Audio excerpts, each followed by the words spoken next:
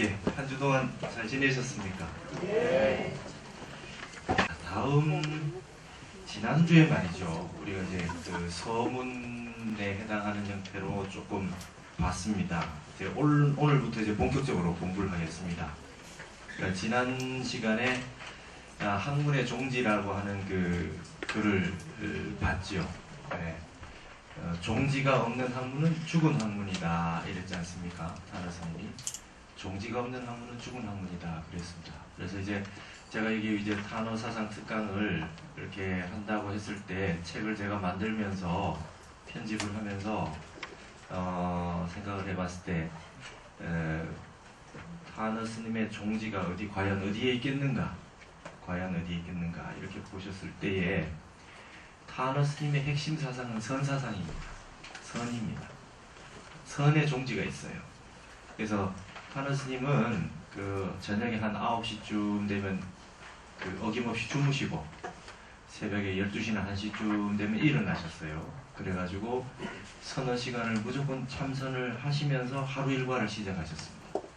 그리고 나서 이제 한 수십 년을 경전 번역을 하셨지 않습니까? 근데 그 일과를 한 번도 거르지 않고 9시 되면 주무시고 이제 밤이 되면은 새벽이 되면 꼭 일어나셔서 참선을 하셨다. 그 참선하셨던 정해력, 선정력 그걸 가지고 그대로 일행삼매로 하나로 집중해서 쭉 번역하시는 일을 하셨다. 이렇게 누구나 타너 스님을 뵀던 그분들 누구나 이렇게 증언을 하고 있고 모셨던 분들 그리고 큰 스님께서도 늘 그렇게 말씀하셨습니다. 큰 스님께 제가 여쭤보니까 그러셨던 예전에 오대산 월정사에서 정화 문제 때문에 그게 아주 큰 스님들 다 모이셨는데 저녁까지 회의를 하는데 월정사니까 월정사 조실 스님이니까 타너 스님이 말하자면 이제 손님을 다 맞아서 있는 거 아닙니까? 근데 9시가 되니까 스님 그냥 자러 가신단 말이죠. 청담 스님하고 스님들이 어디 가시냐 그랬더니 난 자러 가야 된대요. 어김없어요. 그래서 다시 그 새벽에 12시나 1시쯤 되면 일어나서 참선을 쭉 하시고 그러고 나서 이제 경을 번역하셨어요. 그럼 한 3시, 4시 정도부터 시작해가지고 오전에 점심 드실 때까지 번역을 하시면 거의 많은 시간 하시죠. 그래서 하루 일과를 오전이면 다 끝내신 거예요. 그럼 이제 오후 되면 이 서울에 이쪽에 계실 때도 서울에 와서 쪽에 번역을 하시고 하실 때도 저기 고려대학교 옆에 개운사라고 있어요. 그죠?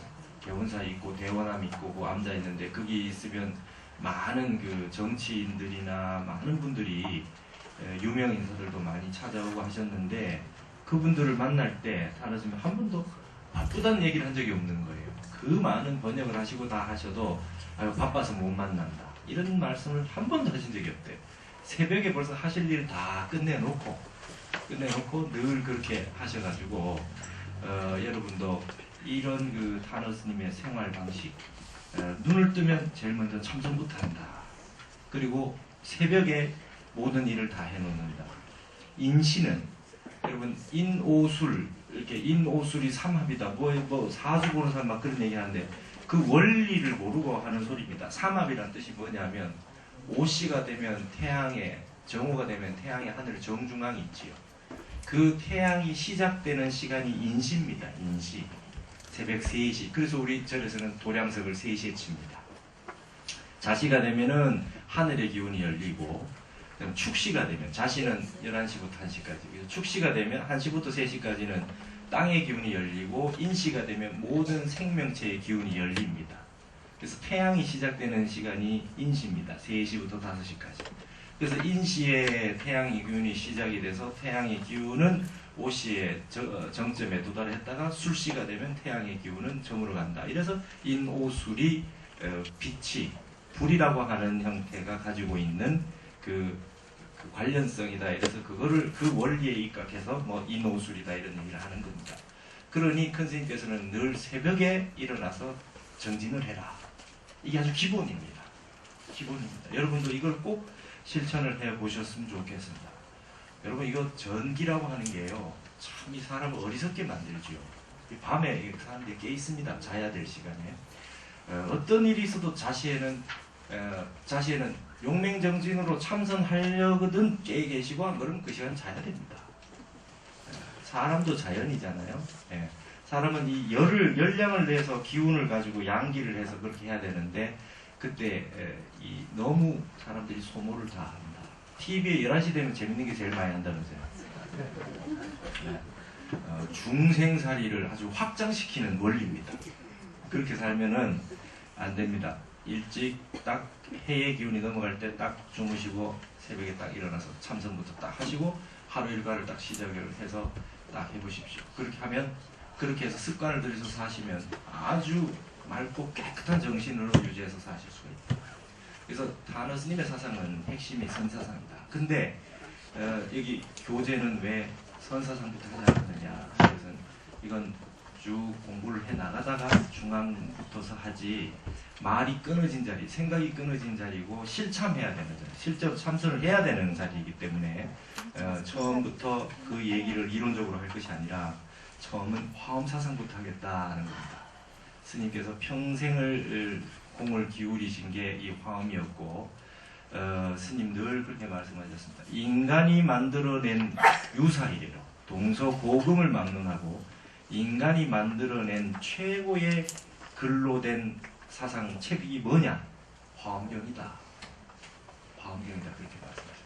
동서고금을 막론하고 그 어떤 종교 사상을 다 통해서도 최고의 글로 된 사상 체계는 화엄경이 최고다.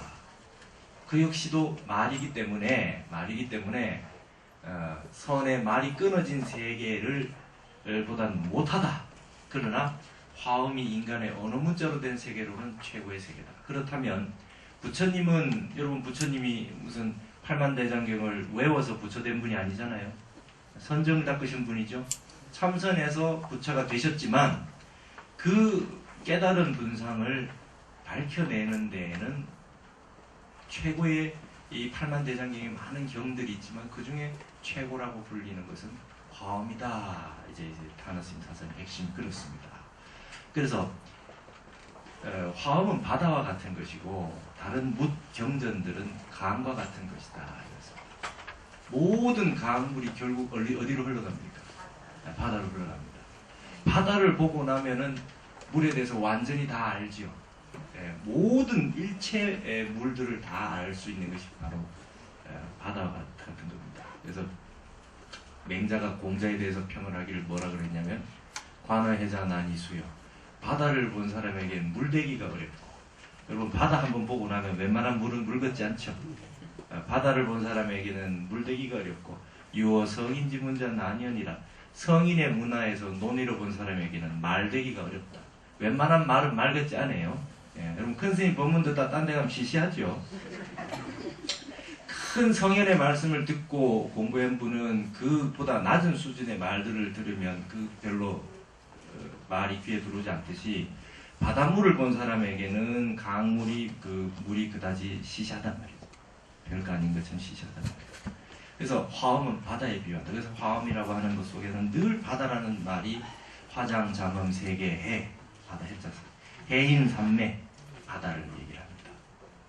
바다는 그와 같은 것이다. 그게 이제 화엄의 종지입니다.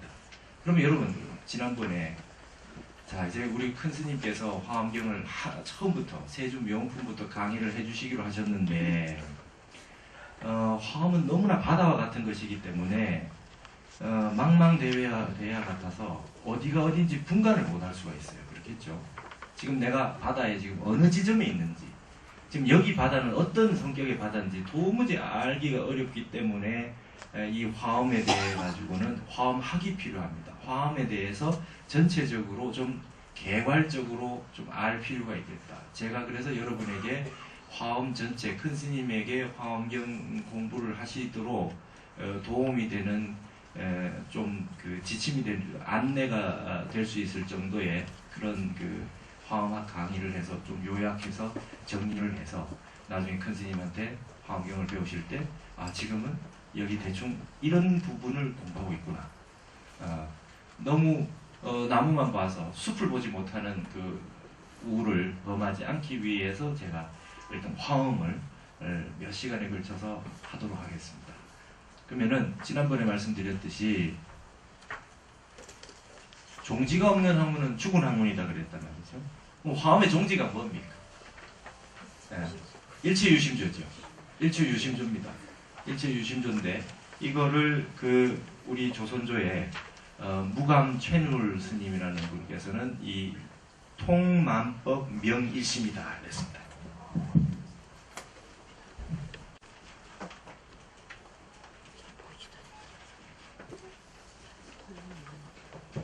통만법 명일심, 이 말씀하신 스님이 무감 최눌 스님.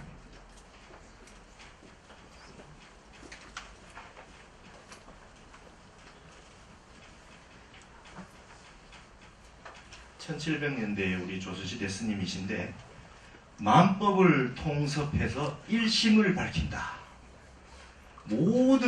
세상의 모든 법을 다 통섭해서 일심을 밝히는 것이 화엄경이다. 이게 화엄의 종지다. 딱 6자로. 멋있죠? 네, 이런 게 화엄학입니다. 경전마다 어떤 내용을 담고 있는지 설명을 하기 위해서 만법을 통섭해서 일심을 밝히는 것이다. 이 무감 최눌 스님이 저런 말씀하셨습니다. 화엄이라고 하는 것은 말이죠. 이 세상 모든 이치가 결국 일심에서 나왔다라고 하는 거. 이걸 밝히는 이치다. 이것이 바로 화엄이다 이랬습니다. 세상에 수도 없이 많은 강물이 있습니다. 한강이 있고 낙동강이 있고 섬진강이 있고 영산강이 있고 금강이 있고 전 세계에 강이란 강 이름 낱낱이 이름이 수도 없이 많고 다른 세계에도 무슨 미시시피 강이니 뭐 템즈 강이니 그렇죠 라인 강이니 수도 없이 많은 강들이 있어요. 그 낱낱이 많은 그 만법들이 있지만 결국은 일해 바다 하나에 들어간다. 그렇죠? 그 모든 물은 알고 보면 통섭하면 바다 하나가 된다. 결국 가는 곳이 어떠냐? 수도 없이 많은 법이 있어도 결국 일심 하나로 돌아간다는 뜻은 뭐냐면 여기 계신 분들이 아까 강의 비유를 바꿔보면 여기 계신 분들이 낱낱이 몸이 다르고 이름이 다르고 성격이 다르고 다 다릅니다. 체질도 다르고 다 달라요. 만법입니다. 만법입니다. 그러나 여러분들이 여기에 지금 100분이 계셔도 여기는 딱 1부처가 있을 뿐입니다. 다 부처입니다. 딱 한 부처밖에 없다고. 여러분만큼은 부처입니다. 아무리 많은 사람이 있어도 여기는 일불승 오직 한 부처밖에 없는 겁니다. 이걸 법신의 자리라고 합니다. 이게 화엄입니다.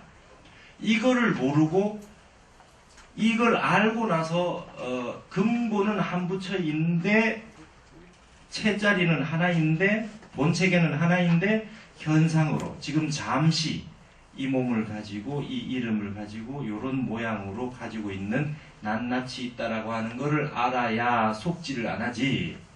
이거 없이 이 근본 자리를 놓치고 다 너 나 다르다는 거 아상 인상만 나눠놓고 보게 되면은 이걸 바로 중생이다 이렇게 하는 겁니다. 근본이 똑같이 부처라고 하는 것을 알면 그걸 보리라고 하고 근본을 놓치고 낱낱이 다 다르고 딴 사람이고 너 나 따로 있다고 알면 그게 중생이다. 이게 지금 금강경 핵심이죠. 그러나 이게 근본 도리로 화엄에 와서는 모든 사람들이 다 청정법신 비로자나불이다. 이게 지금 화엄의 종지입니다. 그래서 비로자나불이라고도 하고 그거를 선에서는 말로 할 수 없는 세계다 그래요. 말로 할 수 없는 세계입니다. 그래서 부처님은 연꽃을 하나 들어 올려 보일 뿐 다른 말을 할 수 없어요. 큰 스님들께서 주장자를 붙들어 보일 뿐 이 유마거사는 두고 했다. 입을 다물었다. 말을 하지 않았다. 유마거사 침묵했다. 이 자리에 대해서는 말로 할 수 없는데 그 자리를 우리가 이름으로 부처 불자를 쓰고 본성이라 그러고 자성이라 그러고 불성이라 그러고 법계라 그러고 일심이라 그러고 청정법신이라 그러고 비로자나불이라 그러고 열애장이라 그러고 많은 표현으로 쓰고 있을 뿐이지만 그 자리는 같은 자리다. 다 같은 자리다. 이 성자리다. 인간 근본 성자리다. 이제 이해가 되시죠? 다 아시는 내용 아닙니까?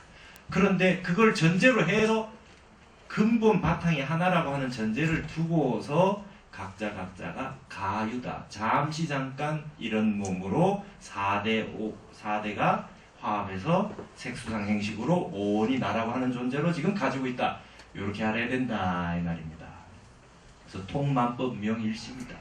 화엄은 그걸 설명하고 있다. 그러면은 화엄경 경 하나는 여러분 바다는 모든 강물의 물이 다 오지요. 글로 다 와 있지요. 화엄경을 다 보게 되면 그 속에 모든 강물의 요소가 다 있는 거죠. 화엄경 경 하나 속에는 일체 대장경에 있는 내용들이 다 포섭되어 있습니다. 그래서 저기를 통자를 씁니다. 통일할 때 통자. 통섭해 있습니다. 저 속에 다 있습니다. 육바라밀도 있고 뭐 12연기도 있고 모든 여러분들이 알고 있는 모든 법, 유식도 있고 다 들어있단 말이에요. 모든 게 다 들어있다. 그렇기 때문에 너무나 방대해졌다. 그래서 화엄이라고 하는 것을 공부를 하기 위해서는 넓게 다 보기도 하지만 요약해서 보기도 해야 된다. 박하검은 약지일이라 널리 보고 요약해서도 봐야 된다. 박약이다. 넓게도 하고 요약해서도 해야 된다. 그러면 이제 화엄경을 보시고 나서 제가 제 도반 스님들 강원에서 승가대학 하면 4학년 때 화엄반인데 대교라 그래가지고요. 화엄을 보는데 1년 화엄경 보고 왔는데 한 가지 딱 물어보면 대답을 못하는 말이 있습니다. 화엄경에 10조 95,048자 1승원교 대방광불 화엄경인데 그러면 그 가운데 부처님이 몇 마디나 설했느냐 물어봅니다. 제가. 답을 하는 이가 잘 없어요. 그럼 10조 95,048자인데 그 중에 부처님 말씀하신 거 몇 마디 됩니까? 네. 한 마디도 없다. 한 마디도 없다. 자, 이제 이렇기 때문에 이제 화엄을 공부를 하기 위해서는 반드시 선을 하지 않으면 화엄을 알 수 없다. 화엄은 그냥 정전 글돌이가 아닙니다. 화엄은 선을 해야 되고 참선해서 선지가 있지 않으면 이 화엄을 보지 못한다 이렇게 되어 있습니다. 그렇게 많은 말을 설해놨는데 왜 화엄경이 한 글자도 설한 바가 없다 이렇게 되어 있느냐. 능가경이라는 경에는 뭐라 그랬냐면 시종, 성불, 내지, 열반, 어기, 중간, 불설 일자다. 부처님이 처음에 성불 하셔가지고 지어 열반에 드실 때까지 어기 중간 그 가운데에 일자 불설이다. 한마디도 설한 바가 없다. 이렇게 했습니다. 시종, 성불, 내지, 열반 적절해서 들어 내지, 열반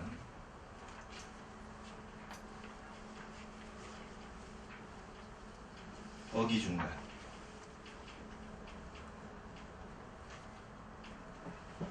불설이자 요 말이죠. 성불 처음에 성불했을 때로부터 내지 열반에 이를 때까지 그 가운데에서 한 글자도 설한 바가 없다 이래 되죠. 여러분 타너 스님 마지막 입적하실 때 마지막 남기신 말이 뭔지 아십니까? 보통 임종계 열반송 하시죠? 스님 마지막에 이제 한 말씀 남겨주십시오. 그랬더니 일체 말이 없어. 일체 말이 없어. 이게 타너 스님 마지막 말씀입니다. 불설일자입니다. 한마디도 한 게 없다는 거예요.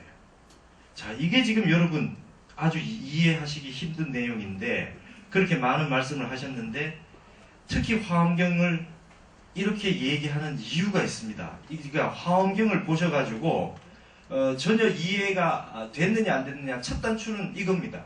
화엄경은 여러분 아미타경은 불설 아미타경 이렇죠, 그죠? 부처님이 설하셨다, 그죠? 아미타경에 대해서 설하신 거죠. 불설경이라 그래요.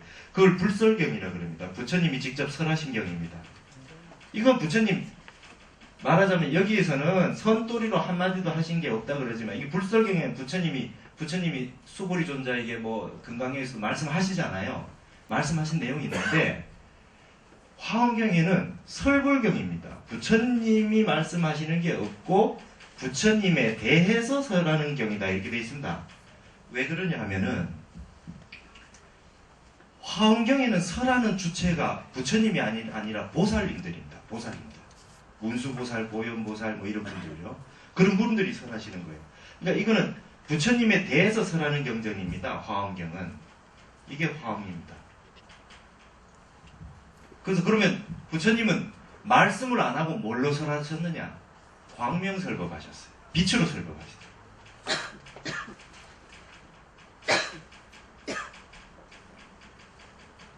이 광명설법이라고 하는 내용들을 지금 이제 설명하겠습니다. 화엄경은 불설경이 아니라 설불경이다. 아시겠어요? 예, 이거 딱 아시고 저기 하셔야 되겠습니다.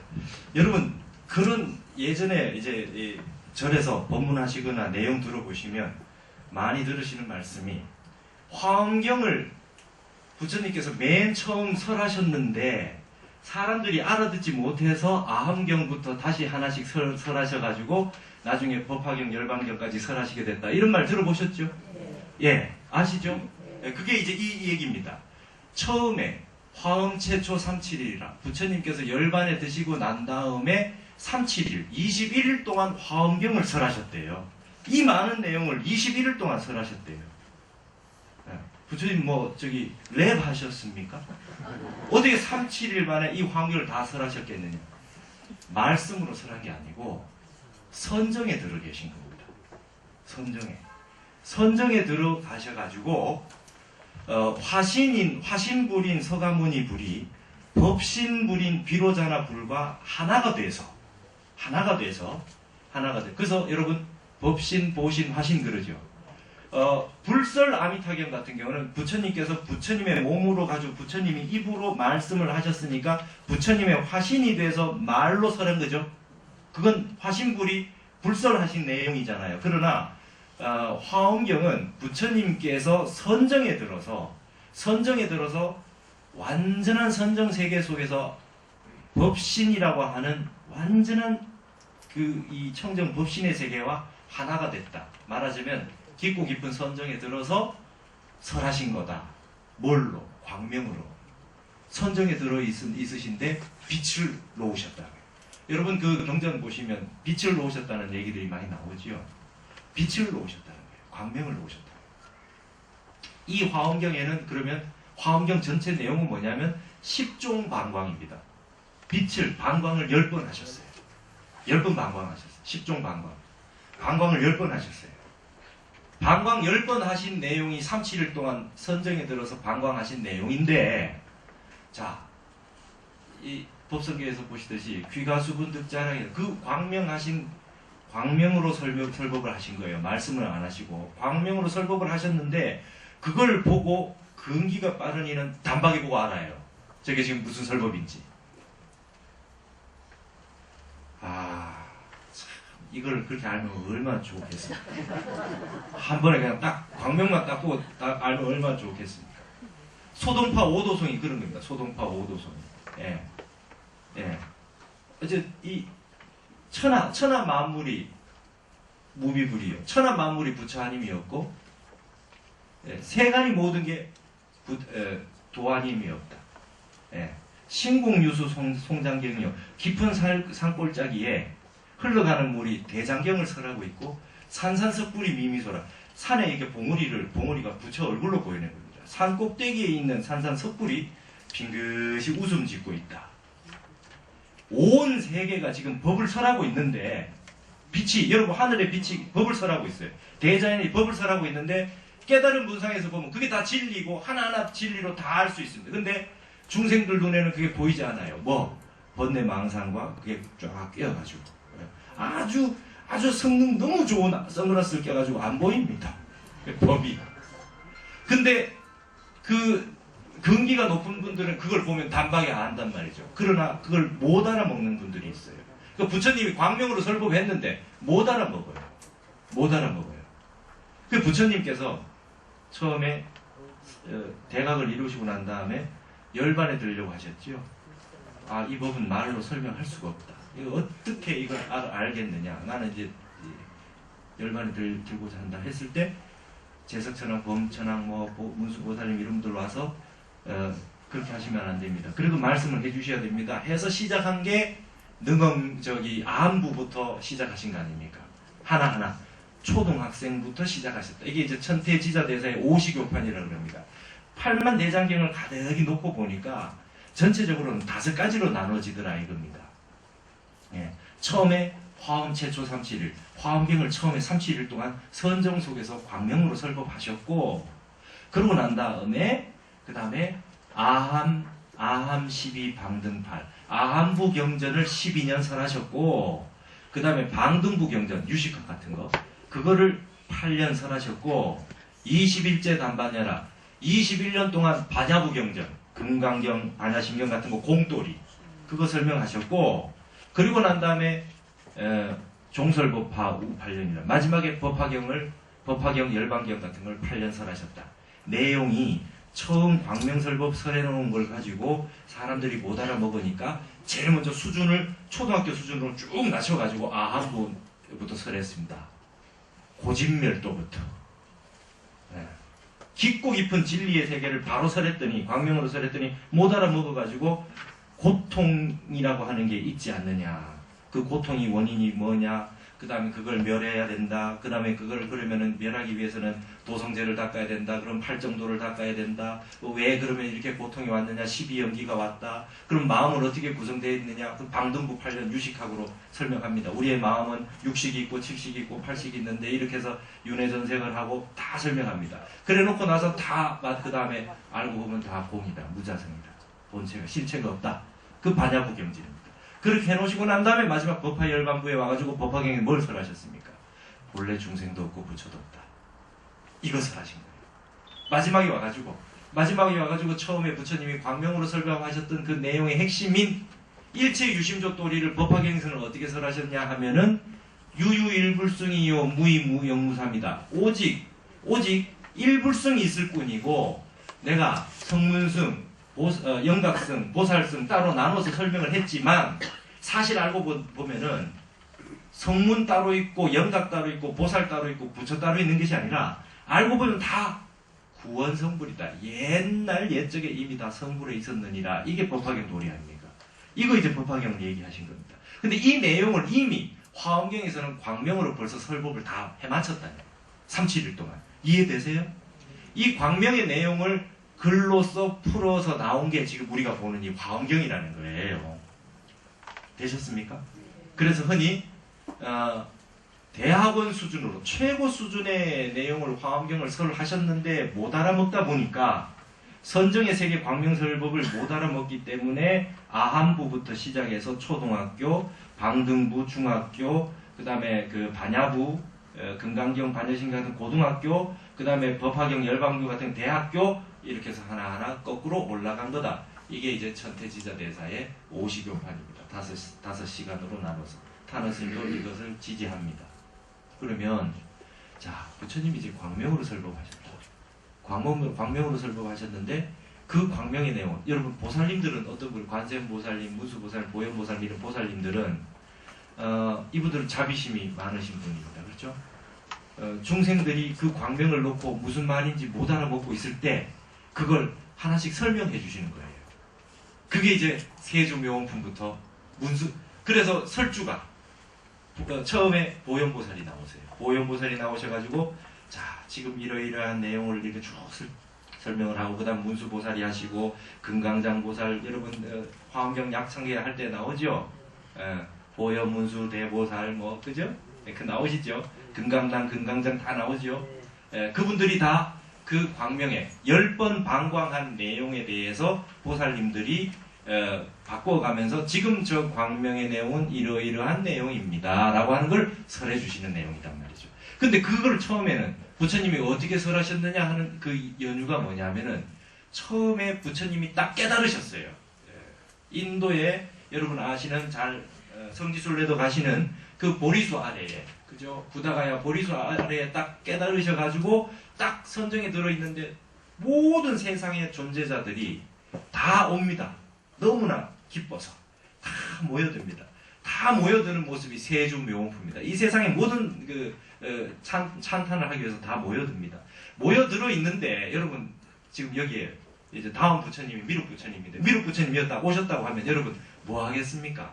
다 모였습니다. 부처님이 새로 오셨다고 모였습니다. 그러면 여러분 당장에 이 막 손들고 질문하고 이렇게 잘 용기 있게 잘 안 되지요.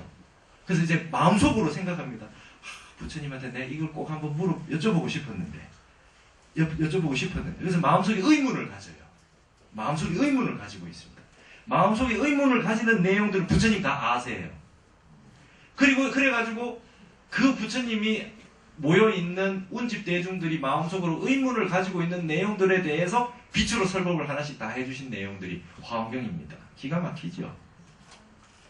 예, 이거 환희심이 나요. 그래서 화엄경이라고 하는 내용은 부처님이 바로 깨달으신 내용 그대로 조금도 가감이 없이 깨달으신 내용이 그대로 드러났다.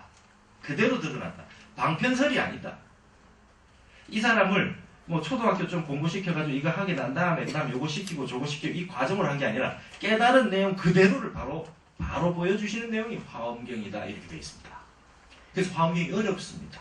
쉽지가 않습니다. 그러나 화엄경을 다 보지 못하면은 부처님 설법의 끝을 마지막 진짜 진정한 모습을 맛볼 수가 없다. 그래서 꼭 화엄경은 우리 불자라고 하면 반드시 투과해야 되는 꼭 보아야 되는 경전이다 이 말씀입니다. 이해가 되세요? 예. 그래서 부처님께서 깨달으신 내용을 광명으로 설법하셨는데 그 내용을 중생들이 다 알지 못해서 보살님들이 그 광명에 대해서 낱낱이 설법을 하신다. 그럼 예를 들면 백호로 광명을 내시고 이빨 사이로 광명을 내시고 발등으로 광명을 내시고 무릎으로 광명을 내시고 이렇게 합니다. 방광하십니다. 그래서 여러분 부처님 태화나 거기에 보면 반드시 이게 광대가 있습니다. 뒤에 빛이 그죠? 빛이 나온 그 광대가 후광이 탁 나오는 모습이 나와 있다는 겁니다. 그리고 화엄경은 결국 뭔 얘기겠습니까? 그 선정세계에서부터 법문이 광명으로 나왔으니 이 화엄경을 보고 나서 결국 어디로 가야 됩니까? 그 부처님의 선정 상태로 들어가서 깨달음을 이루는 대로 가야 되는 게 화엄경의 종지겠지요. 일심을 밝힌다고 한들 책을 안만 본다고 해서 되는 것이 아니라 이 부처님 말씀을 열심히 공부해서 결국은 어디로 가야 되느냐? 부처님이 깨달으셨던 그 선정 상태로 우리도 선정을 신해행증 우리도 증득하기 위해서 참선을 해야 되는 쪽으로 가는 것이 화엄경입니다. 그래서 화엄경을 보시게 되면 선과 가장 가까이 붙어있는 경전이 바로 화엄이다. 그래서 선교일치 이런 거 들어보셨죠? 이렇게 되는 겁니다. 그래서 이게 화엄의 종지입니다. 화엄의 종지입니다. 화엄경은 그 부처님의 깨달으신 그 광명의 세계를 설명해 주시는 설불경이다라고 하는 거. 그 다음에 또 하나 중요한 게 있습니다.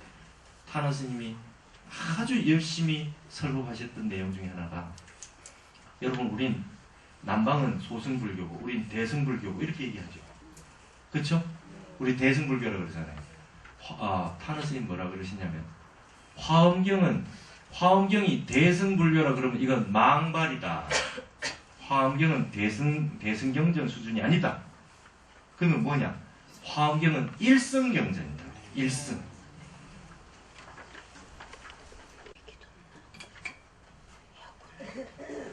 여러분 대승이라 그러면은 소승은 보통 성문승, 영각승이죠, 그죠? 성문승은 부처님께 직접 법문 들었던 그 직계 제자들, 사리자라든지 수보리라든지 이런 분들처럼 그분들이 성문승이 바로 설명을 해주셨던 말씀을 들었던 아함경 같은 그 내용들 하나하나, 그 말씀 하나하나를 열심히 배우는 그 내용들이 이제 성문승이면 영각승이라고 하는 경우는 영각승은 여러분 예불 보실 때 독각승, 그죠? 독각입니다. 독각. 예. 그러니까 독각이라고 하는 분은 연각이니까 12연기를 혼자서 깨달았어요. 12연기를 혼자서 깨달았습니다. 저리 가면 독성각이라고 있죠. 독성각. 예, 혼자서 깨달으셨는데 그래도 12연기를 깨달았어요. 그분이 연각입니다. 그게 성문승과 영각승을 합쳐서 이승이라 그래요. 두 이자 이승입니다. 그런데 이분들은 뭐 특징이 뭐죠? 예, 내가 일단 해탈해야 되겠다. 내가 일단 아라한가를 정득해서 내가 일단 깨달아야 되겠다는 거예요. 그죠? 내가 일단 내 문제부터 해결해야 되겠다. 다른 분이 일단은 지금 관심사가 아닙니다. 내가 일단 깨달아야 된다. 소승이. 그래서 소승이라 그러는 겁니다. 일단 내 문제 깨달는 게 지금 궁극적인 문제다. 일단은 소승이다. 그런데 삼성이라고 석삼자 써서 삼성이라 그러면 거기에 보살성이 하나 더 붙여지죠. 보살성은 뭡니까? 나 혼자 깨닫는 거는 중요하지 않다. 그게 결국에는 그게 끝이 돼서는 안 된다. 다 같이 깨달아야 되지. 예를 들어서 옆에 우리 가족이 5명 있는데 나 혼자 깨달아 있고 우리 나머지 가족 4명이 고통 속에 있으면 행복하겠냐? 그러니까 같이 깨달아야 되지 않겠느냐? 그게 보살성입니다. 그래서 성문승과 보살승, 이 보살승이 이제 나오는 게 이제 대승이 되는 겁니다. 이 배에다가 우리 가족만 타고 가는 게 아니라 큰 배를 해서 많은 분들이 같이 타고 가자는 게 대승 아니겠어요? 그러면 그게 대승인데 대승불교에 우리가 지금 남방불교를 얘기를 할 때 소승불교라 그러는데 그분들은 우리가 소승이라는 얘기를 한 적이 없어요. 우리 소승이라 그렇게 얘기 안 합니다. 그럼 초기불교 내지 부파불교, 원시불교, 뭐 남방불교 이렇게 얘기하지 우리 소승이다 이렇게 얘기를 하지 않습니다. 우리가 근본이라 그래요. 우리가 근본불교라 그래요. 우리가 부처님 말씀 그대로 따르고 있기 때문에 우리가 근본이다 이렇게 얘기를 합니다. 우리 북방에서는 대승불교라 그래서 거기는 소승이라고 나무랍니다. 비판을 하고. 그러니까 소승이라고 하는 얘기는 나무라는 얘기겠죠 당연히. 근데 대승이라고 하는 그 말씀을 화엄은 이거보다 더 큰 세계다는 거예요. 일승불교다는 거예요. 일승입니다. 다른 말로 일불승입니다. 소승불교나 대승불교나 알고 보면 근본이 하나다는 겁니다. 소승도 불승이요 대승도 불승이다. 그래서 일승밖에 없다. 성문영각에 이승도 없고 보살승까지 합쳐진 대승도 없다. 사실 알고 보면 일불승밖에 없다. 일불승밖에 없어요. 일불승밖에 없다. 이게 화엄경의 특징입니다. 그러니까 이제 대승적 정신으로 뭐 이런 얘기보다 일승의 정신이 필요합니다. 우리 세계는 일승의 정신이 필요합니다. 대승이라 했을 때는 이미 소승에 대한 비판과 반대의 상대가 지금 있는 거 아닙니까? 예, 전제로 돼 있는 거거든요. 이거 꼬리가 덜 빠졌다는 거예요. 이래가지고는 안 된다. 이 대승이 아니라 대승 소승도 소승보다 위대한 게 대승이니까 이런 생각이 남아있기 때문에 그런 거 없다. 다 일불승이다. 왜? 중생즉 불이다. 중생이 곧 부처입니다. 소승이 곧 부처요. 대승도 곧 부처지. 소승은 그러면 부처 도리가 아니고 대승만 부처 도리냐 그게 아니다. 그래서 이 화엄은 일승이다. 여러분 의상대사의 이 법궤도 그림 보셨죠? 법궤도 법성계에 이렇게 딱 해놓고 법궤도 그렇죠? 법궤도의 원래 명칭이 뭡니까? 화엄 일승 법궤도 아닙니까? 그렇죠? 그게 대승이란 말 안 씁니다. 그렇죠? 화엄 일승 법궤도다 되어 있습니다. 원효대사가 아까 천태대사처럼 모든 경전을 4가지로 나눕니다. 삼승 별교, 삼승 동교, 그 다음에 일승 군교, 일승 만교 이렇게 얘기합니다. 또 화엄경은 일승 만교다. 가득 찰 만자.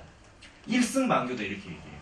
그래서 앞으로 여러분들도 이걸 잘 아셨으면 좋겠습니다. 대승정신에 입각해서 보면 못한 걸 나무라는 마음이 있어요. 기독교는 소승 아니냐? 그렇죠? 자기 혼자 천국 가는 거니까 소승 아니냐? 우린 대승이단 말이지. 이런 정신은 알고 보면 부처님의 근본 정신이 아니다는 겁니다.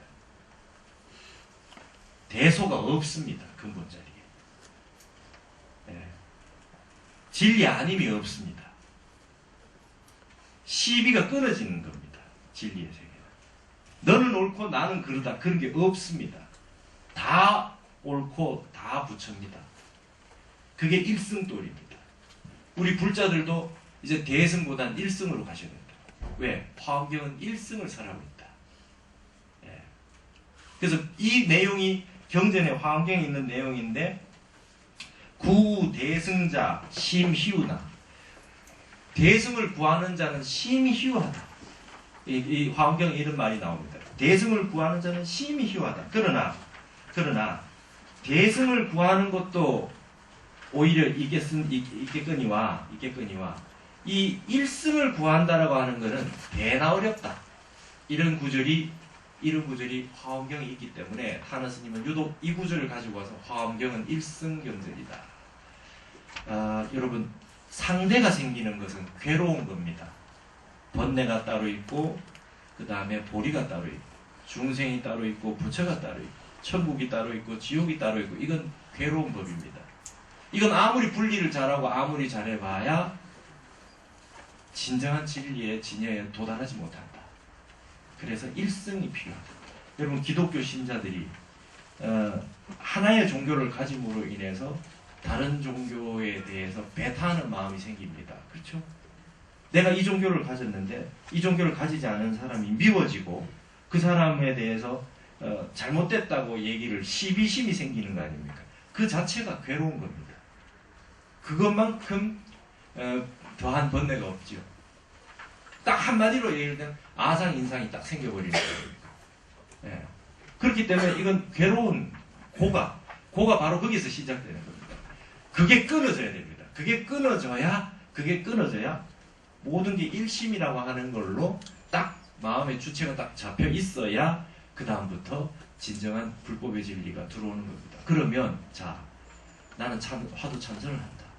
어떤 분은 연불을 한다. 어떤 분은 경을 본다. 어떤 분은 절을 한다. 여러분, 어떤 게 큰 거고 어떤 게 작은 게 그런 게 있습니까? 일승입니다.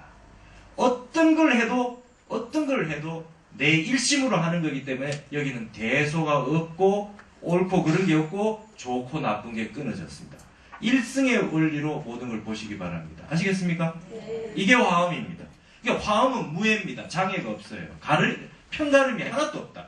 바다에 어디까지가 한강물이고 어디까지가 낙동강물이고 그 표시가 있습니까?